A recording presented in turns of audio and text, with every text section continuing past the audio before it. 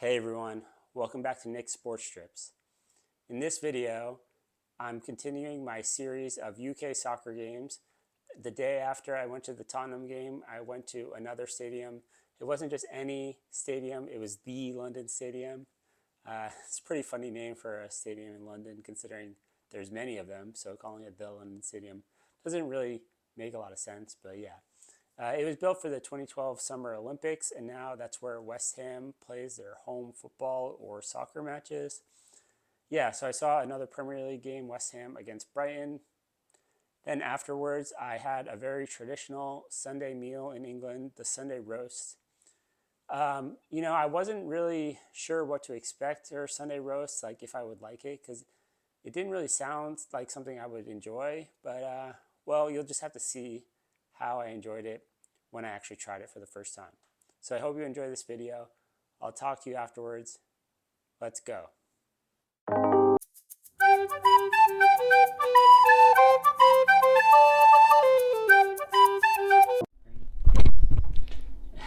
Well, this is crazy, but another day in London, another game. This time it's West Ham at the London Stadium taking on Brighton. It should be a fun game. I'm excited to see the newish stadium from the Olympics in 2012 here in London.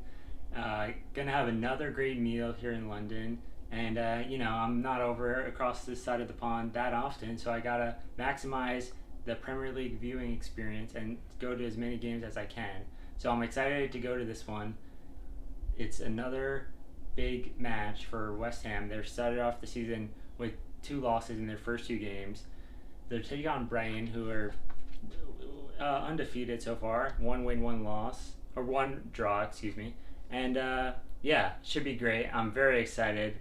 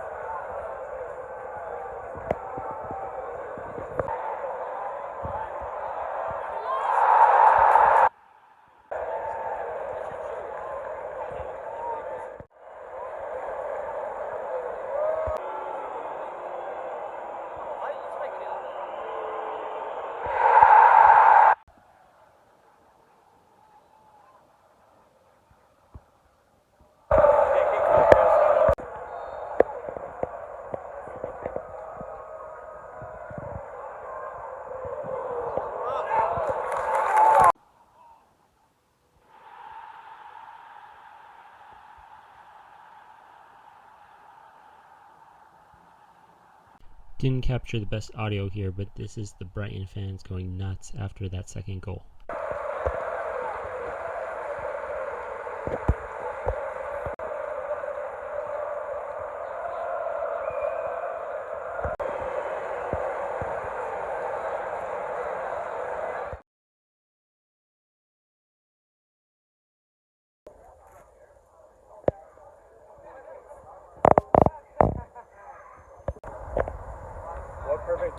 Perfect way to end the Sunday is have a perfect Sunday roast here in London.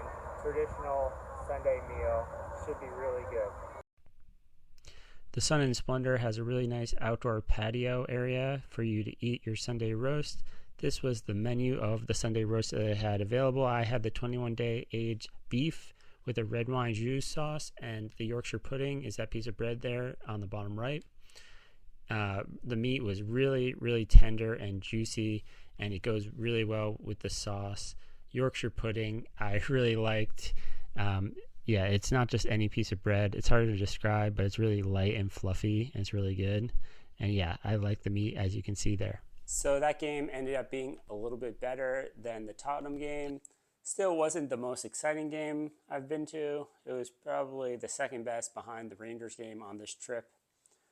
But yeah, Brighton played a really exciting brand of soccer in that game, so that made it better. And yeah, I really liked sitting near the Brighton fans, and they were really loud throughout the game, considering they were winning, and that made them pretty happy and singing. And yeah, it's a cool thing they do in specifically English soccer, where they have like this big away, not a big away section at every ground, but yeah, at this stadium they had a big away section, and the fans were singing, and usually you get more hardcore fans in the away section since they have to travel to the games, and yeah, and in the home section you get people like me who are just there to watch a game and not really the most passionate West Ham fans.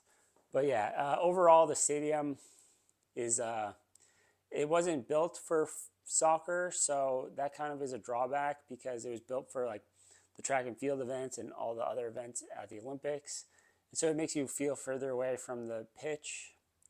In general, the big stadiums, you kind of do feel like that, and the newer ones, that's a drawback. So that happened at Tottenham too a bit. So overall, I'd give it about a 7 out of 10. There wasn't something inherently wrong with it. It just